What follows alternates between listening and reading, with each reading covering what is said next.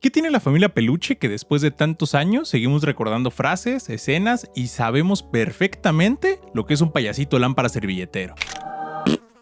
En un país donde la mayoría de las comedias se olvidan al terminar la transmisión, o donde se alargan irremediablemente hasta su caída, esta serie se quedó grabada como un fenómeno cultural, no solo porque Eugenio Derbez estaba en su mejor momento creativo, ni porque el elenco fuera brillante, sino porque la serie logró hacer algo que ninguna otra comedia mexicana ha conseguido: ser absurda y crítica al mismo tiempo. Entre los gritos de Federica, la torpeza de Ludovico y las ocurrencias de todos sus hijos, la familia Peluche funcionó como un experimento único, un mundo imposible y ridículo que al mismo tiempo nos parecía familiar. Hoy vamos a analizar por qué fue un éxito, y qué tenía su primera temporada que la hizo distinta a otras series, y por qué es prácticamente imposible que volvamos a tener una comedia así en México. Esto es Máquina Terrestre. La historia de la familia Peluche no comenzó como serie, en realidad nació como un sketch dentro del programa de Derbez en Cuando, en el año 1999. Era una cápsula corta, casi un chiste visual. Eugenio Derbez y Consuelo Duval con trajes de peluche y un concepto tan absurdo que parecía imposible que se volviera un producto que perdurara. El chiste inicial era simple: una familia vestida con trajes de peluche, atrapada en un universo donde todo lo absurdo era la norma. Y sin embargo, ese absurdo fue tan reconocible que pegó de inmediato, porque aunque ninguno de nosotros vive rodeado de peluche, todos reconocíamos esas dinámicas familiares por ridículas que éstas fueran. El padre bueno para nada, la madre histérica, los hijos consentidos y el caos disfrazado de amor. Eugenio Derbez y los guionistas notaron que ahí ya había algo más que un chiste pasajero. Y así, en el año 2002, Televisa le apostó a convertirlo en serie: La familia Peluche. En aquellos años, el mercado televisivo mexicano vivía de audiencias masivas, el rating como religión y el sketch semanal como moneda de cambio. Televisa controlaba la narrativa cultural y cualquier programa con la mínima chispa de originalidad podía volverse discusión nacional. La familia Peluche llegó a ese ecosistema como un objeto extraño, colorido, ruidoso y con una propuesta estética que retaba el buen gusto tradicional. En vez de suavizar, la serie aceleró hacia lo grotesco. En vez de disculparse por su humor, lo portó como bandera. Ese contexto, la centralidad televisiva de Televisa y la necesidad del público de algo distinto, fue la plataforma imposible que permitió que conociéramos personajes tan entrañables como Don Camerino o incluso el tío Diodoro. La primera temporada, el experimento que funcionó. La primera temporada de La familia Peluche fue un experimento televisivo en toda regla. En México no existía algo así. Las comedias estaban dominadas por el formato tradicional, pasando por una fórmula de mujeres exuberantes y chistes rojos como En Cero en Conducta, La Hora Pico o algo más blanco como El Chavo del Ocho. Pero eso sí, todas basadas en el costumbrismo y la llamada a la atención rápida de la audiencia. Pero la familia Peluche rompió la fórmula al llevar lo costumbrista al extremo ridículo. Los escenarios eran un universo de colores imposibles. Los vestuarios parecían salidos de un carnaval infantil y sin embargo, los temas eran sorpresivamente adultos: infidelidad, pobreza, problemas matrimoniales, temas políticos e hijos que no encajan. La Federica de Consuelo Duval se volvió un ícono, gritona, neurótica, controladora, al borde del colapso, y Ludovico de Eugenio Derbez, un padre torpe, egoísta y sin ninguna autoridad real. Su relación funcionaba porque en el fondo era reconocible. Muchos mexicanos vieron en ellos una exageración de personajes que ya conocían: un amigo, hermano o padres. Pero lo que realmente definió la primera temporada fue la sensación de novedad. Era Televisa arriesgando, jugando con un humor más cercano al sketch y a la parodia, antes de que se estandarizara en fórmulas repetitivas hasta el cansancio. El absurdo como espejo. ¿Por qué la familia Peluche funcionó? Porque fue capaz de convertir lo absurdo en un espejo. La serie era ridícula, nadie vive en un mundo hecho de peluche, no existen los peluchólares, nadie celebra el primer periodo y sin embargo, todos reconocíamos a alguien ahí. Lo absurdo servía como disfraz para algo mucho más incómodo: la realidad de la vida familiar mexicana. Ludovico era el padre despegado disfrazado de bufón. Federica era la madre controladora que dice cargar con todo. Ludoviquito, el hijo favorito que puede hacer y deshacer a su antojo. Junior era el hijo sobreprotegido por sus padres, además de adoptado. Y Vivi, la rara, que era la representación de lo que no encajaba en una familia tradicional. El gran acierto fue ese: usar el absurdo como una armadura para hablar de cosas dolorosas, porque es más fácil reírse de un matrimonio infeliz y todos visten de peluche. El elenco, más que actores, arquetipos. Si la familia Peluche funcionó, fue también gracias a su elenco. Eugenio Derbez estaba en su punto más creativo. Después de Al Derecho y Al Derbez y Derbez en Cuando, ya tenía un humor reconocible, lleno de personajes icónicos. Ludovico fue su manera de burlarse de sí mismo como papá de caricatura, siendo tal su compromiso con llevar el chiste a sus últimas consecuencias, que recordemos el episodio especial crossover con su boda verdadera con la actriz y cantante Alessandra Rosaldo. Consuelo Duval encontró en Federica su personaje más poderoso. Ella, que venía de proyectos televisivos como Otro Rollo y La Hora Pico, aquí explotó todo. Histrionismo, gritos, drama y comedia. Regina Blandón como Vivi fue un hallazgo. Su personaje era la rara, la que no encajaba, y eso la convirtió en el meme de toda una generación de adolescentes que tampoco encajaban, con el mítico ¿por qué no eres una niña normal?, que se podía escuchar en cualquier casa mexicana por aquellos años y hasta nuestros días. Luis Manuel Ávila como Junior fue la caricatura viviente del niño grande, el adulto que es tratado como niño pequeño, una exageración que se volvió meme antes de que existieran los memes. José Miguel Pérez como Ludoviquito era la representación del hijo favorito al que sus padres le brindan todo, algo identificable en cualquier hogar mexicano. Bárbara Torres como Excelsa interpretando a la trabajadora que hace de todo menos trabajar. El elenco estaba perfectamente balanceado para funcionar como arquetipos, y en ese equilibrio fue clave. Cada personaje representaba un rol reconocible, pero llevado al límite. Pero, ¿por qué fue un éxito? Podríamos resumirlo en 3 claves. El absurdo visual. La estética de Peluche era tan única que atrapaba desde el primer momento. Nadie en México había visto algo así. Era un universo propio y bastante explotable. La familiaridad disfrazada. Todos reconocían dinámicas de su propia familia, trabajo o amistades. El momento televisivo. A inicios de los 2000, Televisa todavía era el centro de entretenimiento en México. No había Netflix, no había YouTube en masa. Un programa de televisión nacional podía volverse fenómeno cultural con rapidez. Chistes con contexto. Existió un compromiso constante con meter chistes políticos y eso, al menos al México de los 2000, le encantaba. Las frases, los personajes, los chistes y la estética se volvieron parte del imaginario popular. La familia Peluche no solo fue exitosa, se volvió cultura de memes antes del internet masivo. Recepción del público.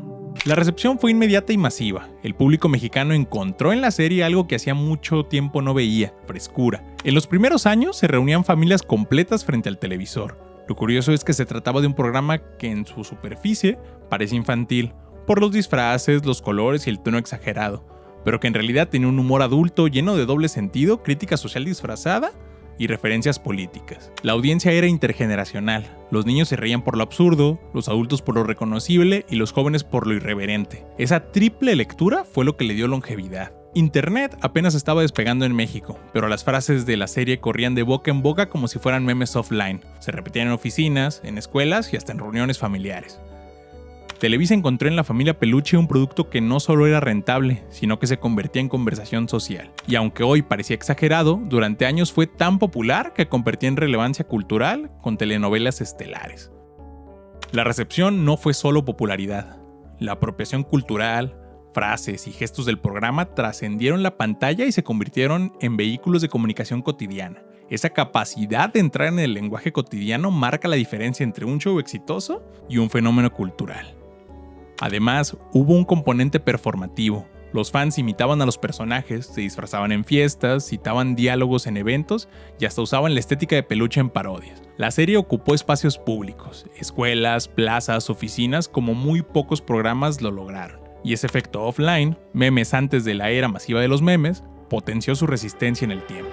Crítica social ligera disfrazada de risa. Aunque no era su objetivo principal, la familia Peluche tenía una crítica social escondida. La serie se reía de la desigualdad, de la ignorancia. Ludovico era el típico hombre mexicano incapaz de asumir responsabilidades. Federica era la mujer atrapada en un matrimonio que la frustra. Vivi representaba a las personas que, a pesar de tener opiniones acertadas, siempre eran criticadas. Pero la clave fue que todo esto estaba disfrazado de colores brillantes y trajes de peluche. Televisa y más precisamente los guionistas lograron hablar de temas políticos y cosas dolorosas sin que lo pareciera realmente. La familia Peluche era un retrato grotesco y contemporáneo de la familia mexicana y por eso funcionaba.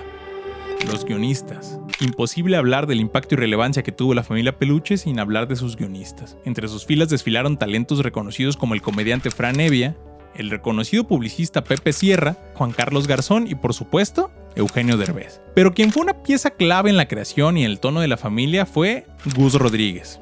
Descansa en poder. La familia representativa del show, los juegos de palabras, el albur, la picardía, así como chistes con tonalidad política y con jiribilla hasta para tirarle a la televisora rival, hicieron del programa algo que recordamos hasta nuestros días. Gus Rodríguez, genio detrás de Nintendomanía, creativo publicitario y uno de los cerebros más respetados del humor mexicano, aportó esa mezcla de cultura pop, ingenio y sátira que definió a la serie. Sin él, el ADN de la familia Peluche simplemente no sería el mismo. Gus Rodríguez no era solo un colaborador más, era un puente entre la cultura pop, el lenguaje juvenil y la ironía adulta. Conocido por su trabajo en Nintendomanía y por su dominio en la cultura geek, Gus aportó una sensibilidad distinta al guión, referencia de la cultura popular, timing de comedia y una lectura aguda al público joven.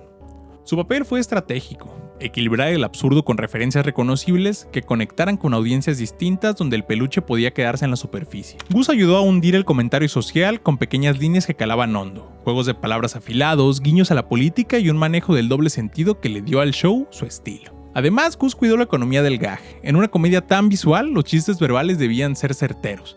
Su aporte fue combinar lo visual con lo lingüístico. Sin su mano, los sketches habrían sido coloridos, pero más planos. Con él, adquirieron múltiples capas de lectura. La comedia absurda en contexto internacional. La familia Peluche no nació en el vacío. Formaba parte de una tradición internacional de comedia absurda que con distintos estilos había marcado a varias generaciones. En Estados Unidos, los Simpson ya habían demostrado que se podía tomar el modelo de la familia tradicional y retorcerlo hasta convertirlo en una crítica social aguda. Homero era tan torpe como Ludovico, y Lisa tenía mucho de Bibi, la voz de la razón que nadie escucha. Malcolm, el de en medio, también jugaba con esta idea de la familia disfuncional. Un padre despistado, una madre dominante y unos hijos atrapados en caos perpetuo. Pero en la familia Peluche, ese caos no estaba en los guiones solamente. Estaba en el mundo visual, en el peluche, en los colores.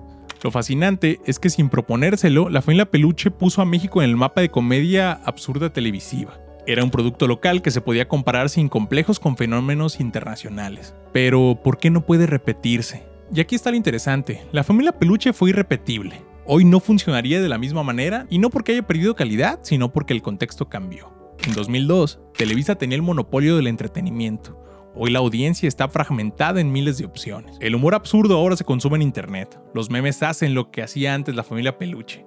La crítica disfrazada ya nos sorprende. Las series actuales son mucho más directas en su comentario social. Además, el propio Eugenio evolucionó hacia otro tipo de proyectos y la televisión mexicana ya no se arriesga a inventar universos absurdos. Prefieren repetir fórmulas conocidas. Ahí tenemos el ejemplo de series eternas como Vecinos o Una familia de 10 o el Nosotros los Guapos verso. Sumando factores, fragmentación de audiencias, riesgo económico, cambios en la producción de contenidos y un ecosistema digital que prioriza formatos virales cortos. El terreno para un proyecto como la familia Peluche es hoy inhóspito. Los inversores piden métricas rápidas, las televisoras prefieren formatos probados. Los creadores buscan nichos en streaming. Un show que pide a la audiencia aceptar una convención visual tan fuerte corre el riesgo de no escalar. Además, la sensibilidad actual exige la lectura política y social más explícita. El humor disfrazado ya no basta. Hoy las audiencias piden posicionamientos claros. Eso no es mejor ni peor, solo distinto. Aún así, la nostalgia mantiene vivo el legado de la serie. Por eso, aunque todos recordamos a la familia Peluche, es casi imposible que algo así vuelva a ocurrir en la cultura mexicana. La familia como absurdo. Si lo pensamos bien, la familia Peluche era más existencialista de lo que parecía. Una serie de rutinas absurdas que parecían no tener sentido. Y sin embargo, ahí estábamos todos, reconociendo algo de nosotros mismos en esa ridiculez. El mundo de Peluche representaba lo ridículo de la vida cotidiana. La serie nos recordó que la familia, con sus gritos, peleas, frustraciones y cariño mal expresado, es en sí mismo un absurdo del que nadie escapa. Como diría Camus, el hombre se enfrenta al sinsentido buscando explicaciones. La familia Peluche nos enseñó que a veces la única explicación es reírse de lo absurdo que es existir en familia. La televisión es un espejo deformante, nos devuelve una versión exagerada de nosotros mismos hasta que la reconocemos. La familia Peluche nos empuja a reconocernos en el ridículo, no para avergonzarnos, sino para alivianar la culpa existencial. Reírse del matrimonio deshecho, de la paternidad ausente o de la hipocresía social es un modo de supervivencia. La filosofía del show no está en enseñar moralejas, está en permitir la risa como respiración en medio del caos. La familia Peluche no fue solo una comedia, fue un fenómeno cultural que nos mostró que el absurdo también puede ser espejo, que a veces necesitamos disfrazar la verdad de peluche para poder reírnos de ella. Y aunque hoy sea irrepetible, su legado sigue vivo, en frases, en memes, en la memoria colectiva. Fue un éxito porque nos recordó que la risa no siempre viene de lo perfecto, sino de lo ridículo de ser familia. Eso fue Máquina Terrestre. Si te gustó el video, te invito a que te suscribas. Te veo en la caja de comentarios. Un saludo y chau. No, güey, no hablé de Alex Intec.